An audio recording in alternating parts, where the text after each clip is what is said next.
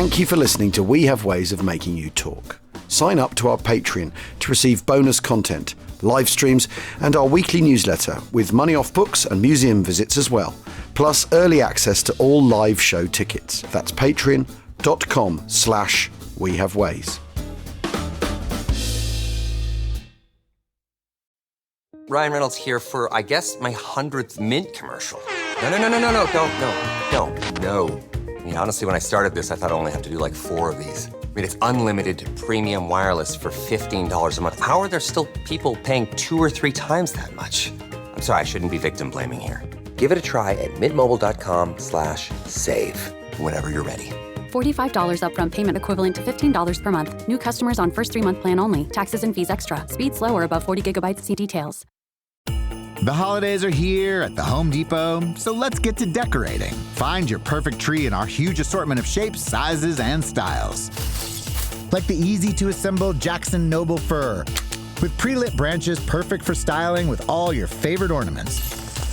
Or the Flock Starry Light Fraser Fir, with over 1,900 pre-lit memory wire branches that keep their shape so it's ready right out of the box. Ooh. Find the perfect tree now at the Home Depot. Looking for a pickup truck to get just about anything done? Look no further. The Chevy Silverado EV isn't just the most powerful Silverado ever, with next-level towing capability and technology. It also offers game-changing versatility with the available multi-flex midgate and tailgate, which means Silverado EV helps you carry large, bulky, and oddly shaped items up to nearly 11 feet in length. Chevrolet. Together, let's drive. Visit Chevrolet.com to learn more.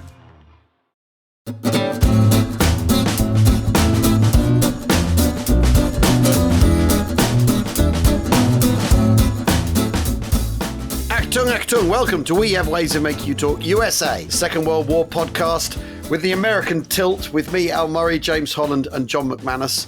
John, I haven't seen you in a while. It's been a big event in between last time we saw you, last time we spoke, hasn't there? Yeah, I don't know what events that is. Is that like a hay ride somewhere or something? Or I don't know. But Al, I have missed you. I've missed you terribly. And Jim, too. Today, what we thought we'd try and get our heads around, and this is going to take us at least 2 episodes, I think, is the Battle of Peleliu. I mean, one of the sort of epic encounters of the Second World War for the US Marine Corps, isn't it? It's a sort of fabled event, isn't it? And the US Army. And the US Army. But this is one of the ones where the Marine Corps have kind of elbowed their way forward in the story a little, haven't they, John? Yeah. Yep. And then have sort of captured our posterity, the memory of a posterity. Of course, they do a lot of heavy lifting at Peleliu. Absolutely. Yeah, no, make no mistake. And this is the 15th of September, the 27th of November, 1944. Before we go any further, where is Peleliu? Yeah, so it's in the Palau island chain, which is, if you can imagine, like south of the Philippines, northwest of New Guinea. Yep. It's a kind of stepping stone on the way to the Philippines. So operations in the Palaus only make sense if indeed you're going back to the Philippines, which the American Joint Chiefs have decided they will by late summer 1944. So that's where this whole concept comes from, the idea that you're going to need supporting airfields, MacArthur's operations in the Philippines, and that you need to protect that flank, I guess. And how big is Peleliu? Oh, not big. It's like one of those lobster claw islands that's 8-10 miles in length. I mean, it's something it's tiny, like that. Isn't it? It's absolutely tiny. It's not a big place. It's there are actually bigger islands in the Palaus, like Koror, that had bigger garrisons. But this one is really, really defensible because of caves. But the reason the Americans want it is the usual reason. There's an airfield. I mean, an airfield that geography places in a spot that is very, very important to subsequent operations because of the range of aircraft operating from there and whatever else. So it's like a lot of these out of the way places, including one had seen an epic battle just a few months earlier that we don't remember as well, Biak. It's really very, very similar to that, in terms of the caves and also just the airfield and most everything else just being completely totally worthless. Right. I mean, it really is. It's just coral bramble, Right, right. So this is one of those. I mean, godforsaken is that a strong enough term? Oh yeah, godforsaken is a perfect term. Right. It's the kind of place where no one from these places, the U.S. or elsewhere, ever would have gone, except in the context of these operations. And so Peleliu, again, as I mentioned, only makes sense as this kind of supporting stepping stone. And especially if we're going to invade Mindanao. I mean, so initially we tend to forget that because of the way the operations of the Philippines unfold from Leyte upward, we tend to forget that the initial concept was to invade in Mindanao, which is the second largest island in the Philippines and a sort of in the southern part of the archipelago. So the thinking was that we simply had to have Peleliu in order to protect the operations at Mindanao. And, eventually, of course, the Americans are going to discard the idea of invading at Mindanao initially in favor of Leyte and then moving on to Luzon. And Mindanao will be really kind of a tertiary operation in the spring of 45. But that's the initial there is a question, thinking. Isn't there, John, about shouldn't we just bypass all of this? Shouldn't we just bypass the Palau Islands full stop? Yeah, there is. I mean, I think isn't it Halsey who suggests that? Yeah. Says we just don't need it. Yeah, exactly. This is really, I think, an interesting moment for Halsey. I don't think he's quite that well known. This is Bill Halsey, by the way. He's one of the Yeah. legends of the naval admirals of the Pacific. He's Bull Halsey, isn't he? He's one of the great characters of the. He's got quite a the persona. Pacific War. Yeah, he's got quite a persona, bloodthirsty persona, wanting to kill Japanese. He's been very aggressive, of course, in the Guadalcanal campaign. He's emerged as this great hero in the minds of the American public. It's a bit of a cult of personality in a way. In my view, and I think many other historians, he's a bit overrated in the sense of, he makes some of the biggest mistakes you could ever imagine in the Battle of Leyte and then dealing with a typhoon later and so on and so forth. But he's the commander of the Third Fleet. And he's not always known for his forbearance and his great insights into a situation. But really, this is a time when I think Halsey really comes off quite well because he's leading these airstrikes. He and, of course, Vice Admiral Mark Mitcher, who is really kind of the leading American naval aviation commander at this stage. They've hit fields on Mindanao, they've hit fields in the Palaus, and they come away convinced that the Japanese, the defenses on Mindanao are really hollow, and the place isn't really worth hitting. And they think Halsey believes very strongly by about September 13th, 12/13th, that time frame, he believes very strongly that Peleliu is not worth the price of taking it. And in that sense, I think he's proven 100% correct. So he ends up sending a message up the chain to his boss, Nimitz, to MacArthur, with whom he gets on very well, and even to Admiral King, Ernest King, the chief of naval operations, basically the head of the Navy, saying, hey, let's scotch Operation Stalemate, which is the ominously named invasion of... Why name it that, by the way? But it's the invasion of Peleliu is named Operation Stalemate, and he says let's scrub that and move on and think about other things. Let's move on to Leyte. I mean, which is something of what we do. So who's suggesting vortex. that?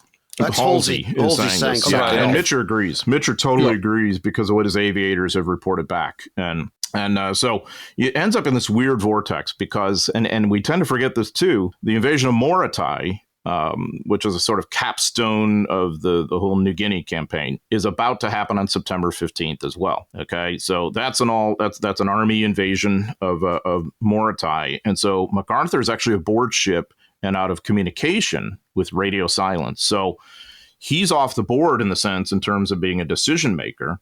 So really it falls into Nimitz's lap and also the Joint Chiefs who are meeting in Quebec. They're the ones who have to kind of sort this out. But I've always thought, too, the decision is a little bit of a casualty of our Joint Command. Neither Nimitz nor MacArthur truly fully controls this operation. Both have a hand in it, and both are deferential to the other. It's designed to aid MacArthur's operations, of course, but it also has a bearing on what Nimitz is doing in the Marianas and beyond because of the air support he may get from Peleliu and elsewhere in the Palaus. So, and then maybe Mindanao if we're invading there too. So it ends up basically, in effect, it becomes Nimitz's call whether to send this thing forward.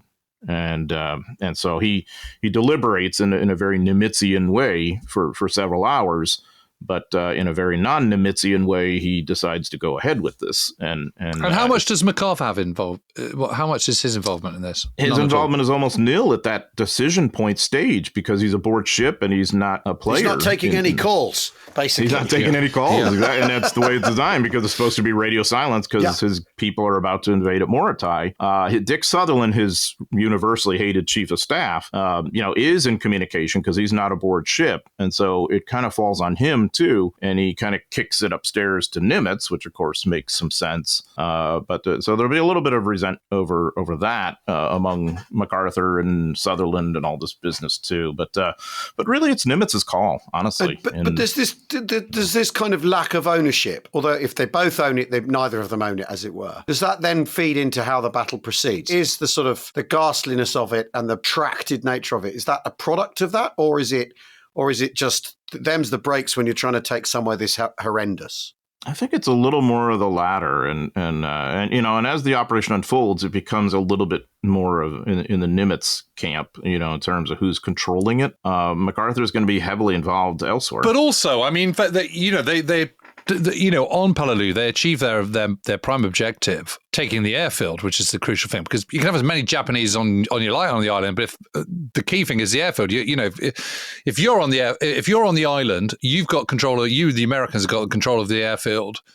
You can have as many Japanese hiding in caves as you like. It doesn't matter. They just starve them out. So from that point of view, they achieve the main objective in pretty quick order. I mean, they do within a day or so. Within a day or so, it's the hiding in the honeycomb of tunnels and the mountain that's the problem. The ridges that are brooding over the airfield could become a problem. Japanese artillery or whatever else can hit the airfield. It's a very close-in but thing. No Japanese is going to be able to use it. That's the point. Oh, yeah, there's no question. Yeah, and you see the same dynamic. This is a part of the operation we tend to forget, too. It's also an operation to take a nearby island called Angaur, and you see the same dynamic there, too. We're going to have everything in place to build an airfield there, and then there's another part of it, terrain-challenged part of it, we'll call it, that we decide we're going to have to take. And, this ends up as a horrible thing. So the concept is basically you got two divisions that are part of Roy Geiger's corps.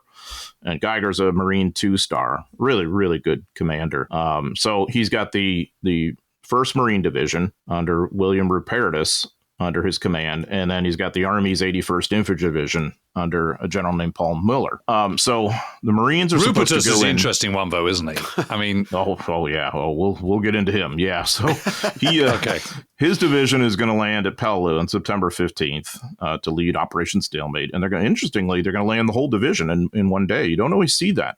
Sometimes in these operations, there's only enough shipping to send in, maybe 2/3 of your division initially or whatever, but they're going to send all the 1st Marine Division in. And then they're going to develop the situation the best they can. And within a day or so, they're supposed to let Geiger know if they need the 81st Infantry Division to reinforce them if the fighting is tough enough on Peleliu. If they don't, then the 81st is supposed to divert to Angaur and go and invade and take that island and then build an airfield that they're going to use for bombers, for B-24s, they hope. So Rupertus decides that he doesn't want the Army there under any circumstances, no matter the situation. So here again, we basically have Holland Smith Jr. On our hands here. Rupertus, okay, to his credit, if I'm trying to be as fair as possible to him, he's performed pretty well as the kind of second guy at Guadalcanal. Earlier in his career, composed the Rifleman's Creed we still use today. He's really a fine Marine on many levels. But he's also a man tainted with personal tragedy. Yeah, he's lost most of his family to scarlet fever when he was stationed in China. And so, that's going to leave a mark on anybody. So I think he's really a pretty fine man on some levels, but he's out of his depth as a division commander here. He's also had a situation happen during the training for Peleliu in which he broke his ankle, and he doesn't disclose that to Geiger. So he's very deceptive. That limits his mobility. It affects him physically, and he probably has a heart condition too that he doesn't know about at the time. But he is infected with this kind of parochial anti-army, we're Marines and we're the Supermen and we don't need any help from these clowns in the Army kind of thing. And it's just such a tragic thing for what happens to his division on Peleliu. So even though he's in the middle of a hellacious fight from the beginning on September 15th, there's no way he's going to accept any help from the army. So he just doesn't communicate. And so the army gives it another day. He's not taking any calls either. He's not taking any calls. He's like, we're just going to do our thing here. And the 81st can sit on ships for all we care about, kind of thing. And so, I mean, the soldiers aboard ship are seeing Marine bodies floating in the water. So, some of them have a sense of what's really happening on Peleliu. But, when Miller doesn't get the word, he's got to go into Angaur. And so he does that on September 17th with 2 of his regiments. And so I think that's a really important element of the Peleliu story that I think sometimes gets lost, is that it's really supposed to be a 2-division op. And if it had been, I don't know, I'm not saying everything would have been hunky-dory, but I think you're probably going to have a lot of lives saved there, among the Marines especially, if you've got the army in there initially with you. You're going to present the Japanese with too many targets. Yeah, it was just too much for them to deal with. It's incredibly myopic, isn't it? I mean, yes. and partisan and tribal and a time and a place where there is no place for it. I mean, there's no place for it, and it's so sad. And so I've really taken Rupertus to task, because he's the only commander I know of in modern military history who actively doesn't want reinforcements. I've never really heard of that. Yeah. and it is, like you said, Jim, it's myopic. And the reason this matters is because of what happens to the Marines themselves. The 1st Marine Regiment is basically sent against what we call the armor Brogal, however you say it. This brooding network of ridges and caves and, and it's all coral, isn't it? Coral, and it's, oh my God, it's awful. And it's kind of looking over the airfield. They get the airfield on the 16th, and some pretty heavy fighting. Gene Sledge is famously a part of that and has written about it so beautifully. So you already see just the incredible valor of the 1st Marine Division, and then the 1st Marine Regiment, which I would argue is one of the finest units of light infantry on the planet at that point, is basically thrown against this coral wall of the Umar Brogal in frontal attacks by its legendary commander, Chesty Puller, who I also think is a bit out of his depth here at this point too, because there's no nuance to it. It's just throw them in the frontal attacks and see what happens. And so this wonderful regiment basically dies there, in part because of that, and because they're not getting help from the army that could be right there helping you, rather than muddling around on Angaur against the better part of the Japanese battalion. And even that is a heavy fight, by the way.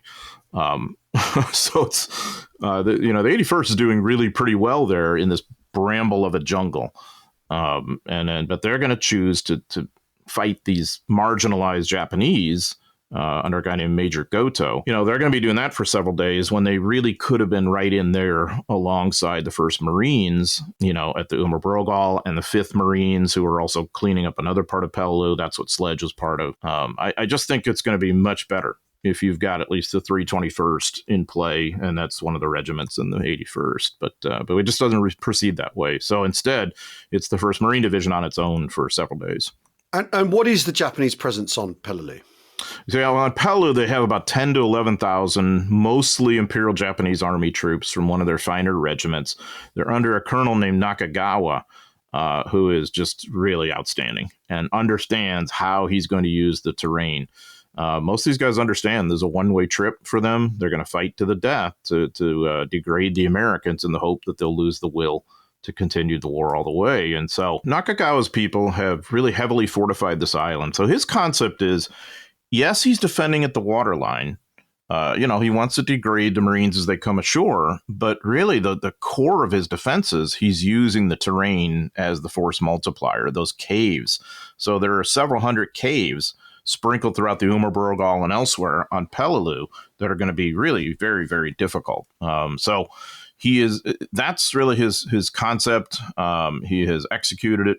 He's going to execute it very well. But there's also, by happenstance, a Lieutenant General, Inoue, who's on the island too on the day of the invasion. So you have a kind of a weird dynamic in which Nakagawa is technically in charge, but here's this 3-star who's part of the larger Japanese command structure in the Palaus, who happens to be there and is certainly going to affect things as well. So by now, I think the more intelligent senior officers among the Japanese have realized that the Americans tend to control the air and the sea, which means they're going to get ashore in any amphibious invasion.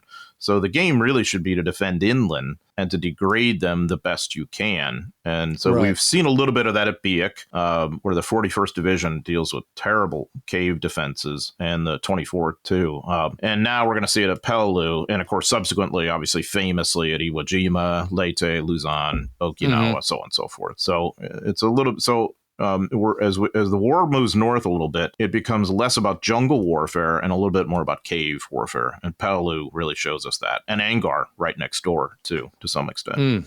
And it's coral, and it's a sort of honeycomb of ridges and crevasses and stuff. So you can, if you're committed to sort of defending and giving up trying to defend the air, giving up trying to and just drawing people in and trying to cause casualties. It's an ideal place for this, right? It really is. Couldn't be more perfectly suited.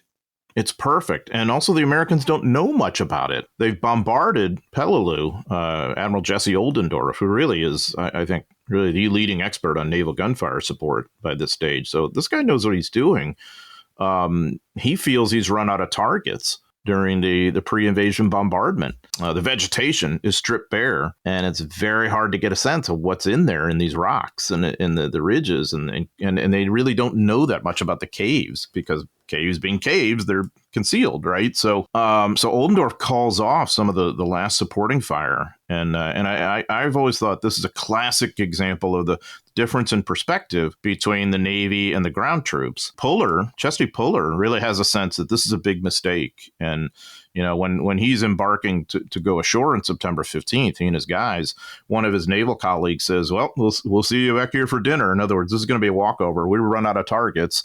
And Puller's like, yeah, right, dude. You do you realize what this war is? Because he understands it from the ground level. And so from a naval perspective, they have to think about, well, how many shells do we have? How much can we load? And how much can our guns fire before we have to service them and all that? So it's like, target by target by target. And of course, they don't want their ships hanging around. Of course, we always know that. From the ground perspective, we want as much as we can get, because we know it's almost always going to be harder than anyone anticipates. And I think this is a classic example. And so, of course, when we get ashore, we find it. There's plenty of targets. They're just concealed. And there's only so much the Navy can do about it. Yeah, and of course the Japanese know the place, know the terrain, know the lay of the land, all those advantages the defender has, and of course they don't have to take the initiative.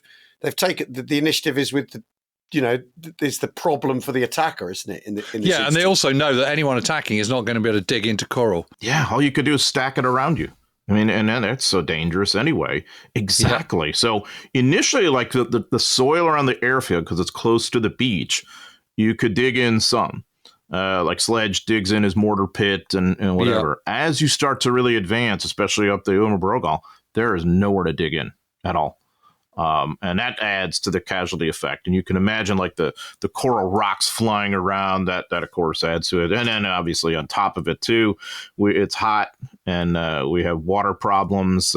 Famously, of course, the Marines have not brought adequate water stocks ashore because the drums carrying the water haven't been adequately cleaned, in part because the details didn't know what they were doing this for. And many of these drums had carried oil.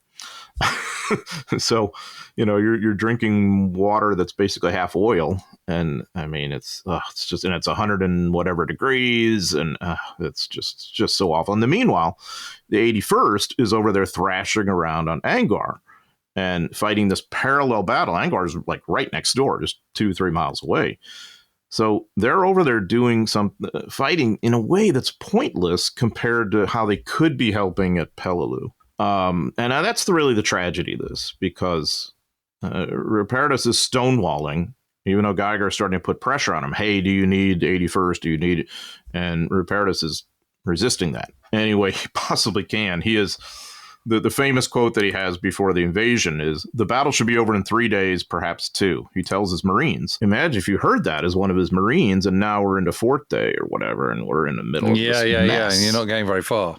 Yeah, and he's got a broken ankle, so he can't really get around.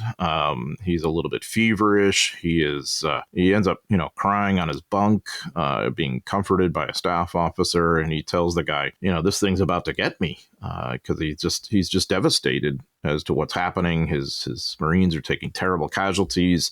Puller has not recovered from a leg wound. We all know how valorous he was, and multiple decorated and all this, and so. But here you see Puller's strength become a weakness because, he's like, I've always been in tough situations and I can overcome it. And my Marines are amazing, and I'll just send them forward and they'll take care of this for me. Well, I don't care if you send Superman himself forward on a lot of these defenses of the Brugal. It's not happening. Give you an example. Captain Everett Pope's company goes up there and basically fights this cutoff battle. And, most of these Marine companies, as you guys know, go into these operations overstrength at about 200 some odd guys. By the end of this, he's down to, I think, a dozen and a half. I mean, whatever it is, he gets the Medal of Honor. You're basically destroying these fine rifle companies up there for no gain. Should we take a quick break here? And then when we come back, I think it'd be good to actually go through the specific dates of when things are happening and what's happening when and where people are and all this kind of stuff. I think we need one after that. We'll be back in a tick. See you shortly. This episode is brought to you by Allstate. Some people just know they could save hundreds on car insurance by checking Allstate first. Like to check the date of the big game first before you accidentally buy tickets on your 20th wedding anniversary and have to spend the next 20 years of your marriage making up for it. Yeah, checking first is smart. So check Allstate first for a quote that could save you hundreds. You're in good hands with Allstate. Savings vary. Terms apply. Allstate Fire and Casualty Insurance Company and Affiliates. Northbrook, Illinois. From your fryer to the table, it's a quick trip for crispy fries. But how about a crosstown delivery? McCain SureCrisp fries are designed to go from fryer to container to carrier to passenger seat across town during rush hour, down a shortcut that wasn't all that short to a doorstep before they hit the table. And that first bite, the crispiness speaks for itself. To the last bite, McCain SureCrisp fries. Go the distance. See how far our fries can take your business at surecrisp.com/delivery. I'm David McCloskey, former CIA analyst turned spy novelist. And I'm Gordon Carrera, national security journalist. And together, we are the hosts of Goalhanger's latest podcast, The Rest is Classified. Every week, we're going to bring you brilliant stories from the world of espionage. We are going to have hilarious characters, real deal, authentic spycraft and intelligence operations, and the often insanely absurd events that fill this world of secrecy and deception. Think the rest is history, but with spies. And we're going to start in Iran. The Americans and the Brits, yes, even the Brits, Gordon, doing downright dirty things to destabilize a government. The CIA love a coup, don't they, David? We don't love a coup as much as you think we do, Gordon, but when we get around to it, we make sure that it's a banger. And this one, I think, set the template. Regime change in Iran, all started by a single American spy. Come and join us. The Rest is Classified. Listen at the end of this episode.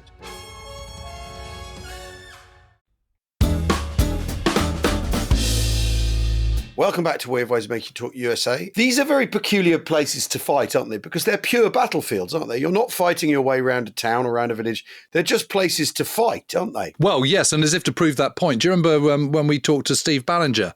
Yeah. He was ex-Royal Engineers mine clearance guy.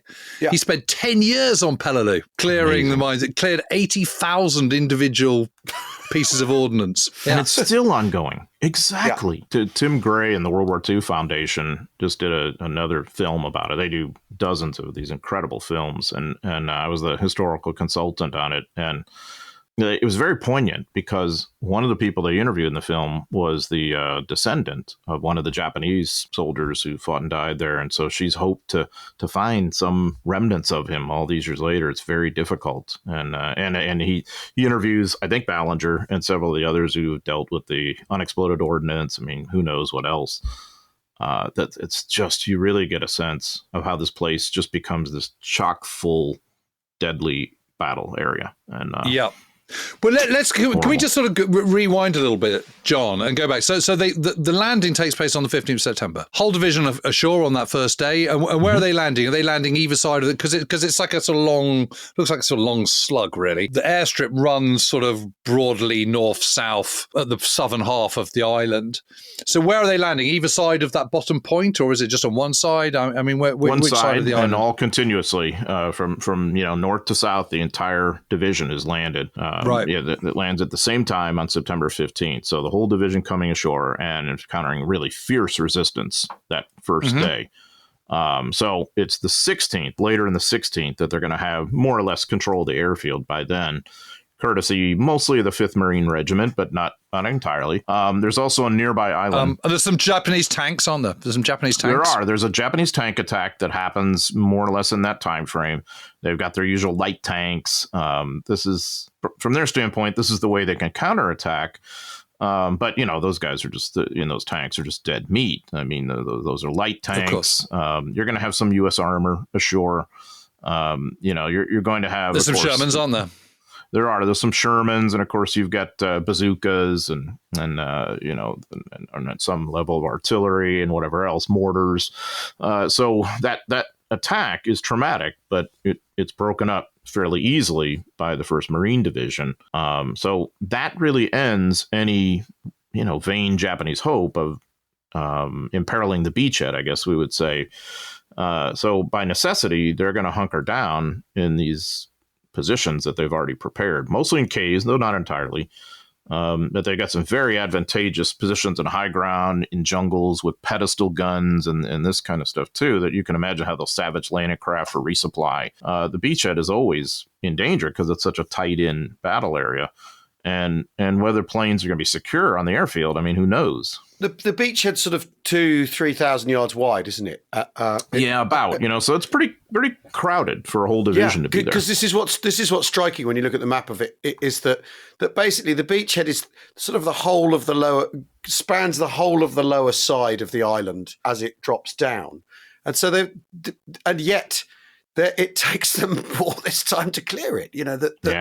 The fighting then goes on for weeks. It's just this layered defense that Nakagawa has masterminded. He's really a fine soldier.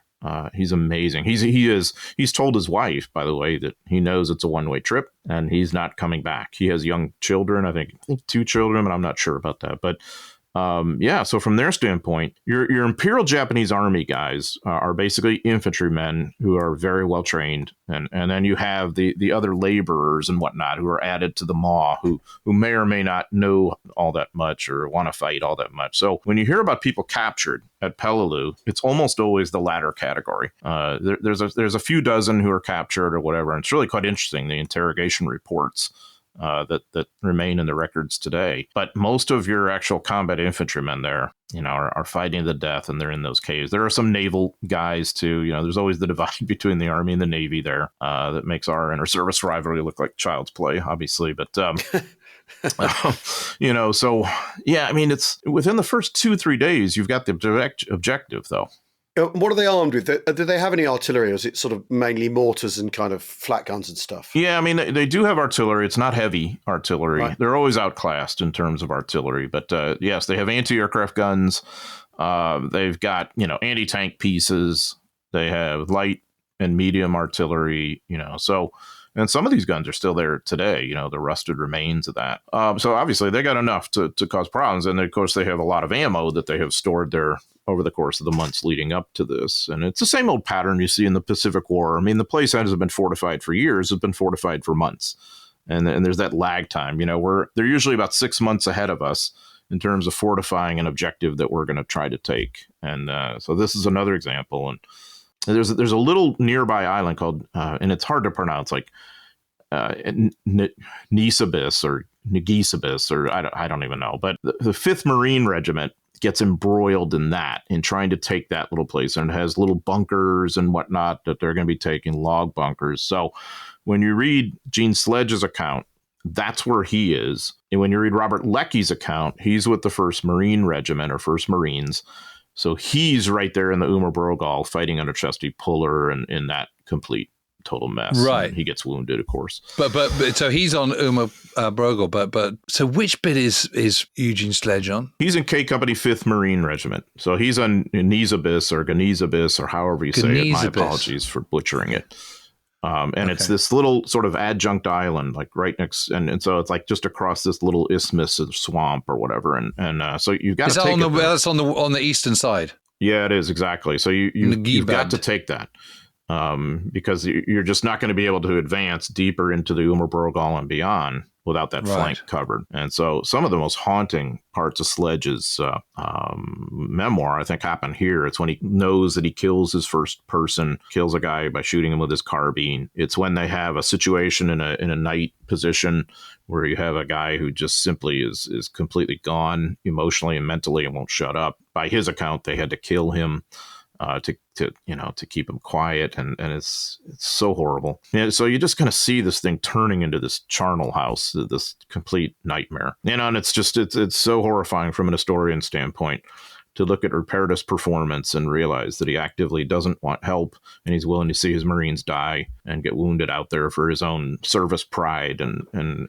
whatever else. Do you think it is because of some sort of deep, latent or deep-seated trauma from his own family experience or something? Do you think that? I mean, I think it's possible. I think it's made him more dour. I think it's made him more dour, but I also think in trying to be as sympathetic to him as I can, he's physically diminished. He's not at his best. I think he's got a heart condition. I mean, he's going to die a few months later of a heart condition. Yeah, March 45. And so I think maybe that's really affecting his judgment some. And also a broken ankle doesn't help matters either. I mean, no, not at all. So I think he's a little bit disengaged from the battle.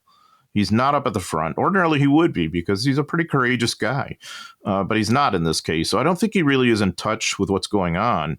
And Geiger is going to have to personally intercede, his boss, Rupertus' boss, and he'll come there and he'll meet with Puller up front and say, "Do you need help?" And Puller's like, "No, I think I can get on okay." And Geiger's looking at him like he's nuts. And so he basically overrules him and he says, "No, we're sending in the Wildcats." That's the nickname for the 81st Division. But the Wildcats, meanwhile, are on Angaur, aren't they? Yeah, so the Wildcats, in the meantime, 2 regiments. They land on the 17th of September. Exactly. They land on the 17th. And so they're in the middle of a kind of incremental fight in the jungles and also some caves that you see there. It's a really constricted battle area. The nerve-shattering combat at close quarters when a grenade might be dropped directly from overhead or an unseen enemy machine gun open up at a range of a few yards was exceedingly exhausting and nerve-wracking. That's the 81st Division historian. Climbing, crawling, hoisting oneself over coral masses under the debilitating tropic sun in the airless chasms was enervating to the strongest. So I think it's a really good description because it tells you what the fighting is like for these guys on Angaur. It's no picnic. And Angaur's about, just so that people know, it looks like a pork chop. Yeah, it looks like a pork chop. It's about 4.5 Ks in length. What's that? 3 miles in length, something like that. But a little under small. 3 miles and about 1.5 miles wide, something like that. Nothing of a place, isn't it? So it's just nothing. It's got a little airstrip on it, but it is literally an airstrip, nothing more. It will be because there's like nothing initially when we get there. Once the Wildcats start to take the ground, engineers come in with bulldozers and they start to build the airfield way out there. So they're building as the combat is proceeding. But that's the nature of how the combat is. The visibility is very limited. So that helps the Japanese because they could be anywhere. It really reminds me of what happens at Kwajalein and what happens at Macon. We would say as historians all these years later, well, that's not that formidable of a force you're facing there. But until you're actually there and see the terrain and know that danger could be anywhere, which is going to tend to slow you down, I think you don't quite fully grasp the situation. So yes, the Japanese are completely overmatched on many levels, but it's really hard to have much mobility or to move with that much speed when you're talking about that kind of terrain. And the fact that danger could be coming from anywhere. Yeah, and their determination to fight to the last round, to the last Always. man. Yeah. So it's 1,338 killed, 45 captured, which is the sort of for the Japanese. Crazy. For the Japanese. And for the 81st, this is their first taste of combat since First World War, isn't it? That's right, exactly. And so they're an interesting group because they're older than the Marines, and they're a reserve division that has been activated and mobilized into federal control. And they've been training for a couple of years now. So these aren't some rookies or whatever. And that's the other thing about Rupertus' view, that looking down on them, and he calls them pussycats and all this kind of stuff. No, these guys are very well-trained soldiers seeing their first combat. And they lose 264 killed in the Angaur fight. So this isn't any walkover here. The Japanese can still leave a mark even when they're, obviously outclassed here. Almost everybody by this point has dysentery. Yeah, it's just horrendous, isn't it? It's just a nightmare to operate in these areas. So they've had a pretty big fight on Angaur even before Rupertus overrules, or Geiger overrules Rupertus and sends in the 81st Division. And when he does, it's going to be just one regiment and then the next regiment, not the whole division, initially at least. How does Geiger come to so that's on the 21st of September, so 6 days into the fighting. So what happens? He comes and has a look and says, well, hang on a minute, this is out of control. Exactly. Geiger is a really sagacious kind of commander, and he's grown quite skeptical. He's tried to be, understanding and deferential, I guess, to Rupertus, saying, okay, it's your fight, we'll let you control it or whatever. But that has a shelf life. And when we're into the 6th day here, and it's the same situation, of course, Geiger is the kind of guy who wants to go take a look for himself. And he sees the condition Puller's in, the condition that his regiment is in, and he realizes, oh my gosh, I've got to take action here. Now, he's been taken to task by some historians that he should have interceded earlier, and I think that, is fair. He probably should have. But, Geiger was trying to be understanding and deferential to the commanders on the ground. And remember, he's got 2 fights to manage, this one and Angaur, because they're intimately intertwined, honestly. And I think that's where we as historians sometimes have had a blind spot, not understanding the role of Angaur in this whole thing, too, and the 81st. And so Geiger is not like Rupertus. He is not an inter-service chauvinist and all this. In fact, he works very well with the Army. He's been to the Command and General Staff College at Leavenworth. So he says, all right, I don't care what you guys are saying, I'm sending in the reinforcements. 2 of the regiments go in. And so this is September 21st, 22nd, 23rd, that time frame when you're going to see the 81st come into play alongside the Marines. By then, of course, the 1st Marine Regiment has essentially been destroyed. It's in such terrible shape that it has to be withdrawn even as the rest of the 1st Marine Division stays and fights. That really tells you something. It's almost traumatic just for me as an historian looking at that, because of my incredibly high regard for these guys. And this unit is just such a beautiful unit on so many levels, to have expended it this way. I'm sorry, it just really still gets me after all these years. It's a terrible tragedy. And it really comes about through bad calls by these 2 senior officers, Rupertus primarily, but Puller, with an assist from Puller, unfortunately. Even though he's a legend to many Marines, I fully get that. I mean, is there anything in the fact that the beach landing goes pretty well, so they think, well, we've got this all under control? I think Rupertus feels initially, especially being disengaged from the battle, he's been up against that initial crust of resistance, and once broken, he'll be on the downslope, kind of like Tarawa. Yeah. I think he feels he's dealing with another Tarawa, and he's not. And the problem is then you get embroiled, don't you? And then you're stuck in it, and you think, well, I can't pull back now because we've already lost all this blood, so we've got to keep going.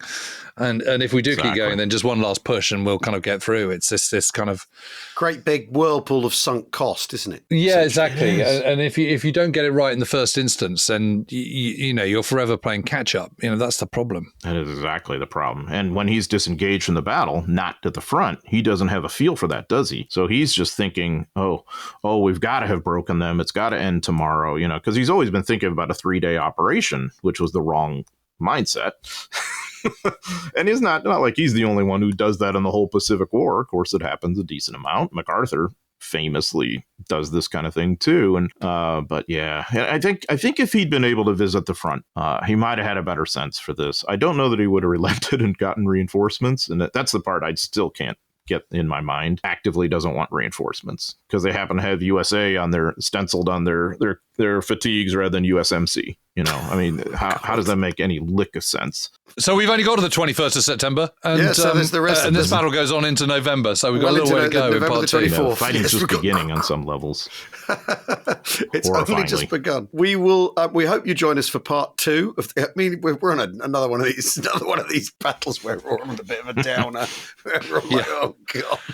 Come on, guys, we're going to do something a bit more positive. It's a mini Hurtgen. It's a mini Hurtgen on some levels. Well, why don't? Yeah, it is a mini Hurtgen. Don't forget, of course, we have Waze Fest, 12th to the 14th September next year, 2025. V for victory. Exactly. V for victory, putting the fun into fumph, putting the camp into Kampfgruppe.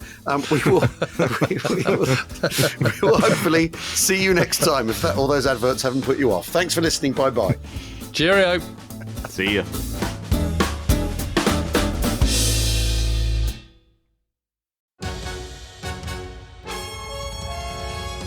Hi, it's David McCloskey from The Rest is Classified. Here's that clip that we mentioned earlier on.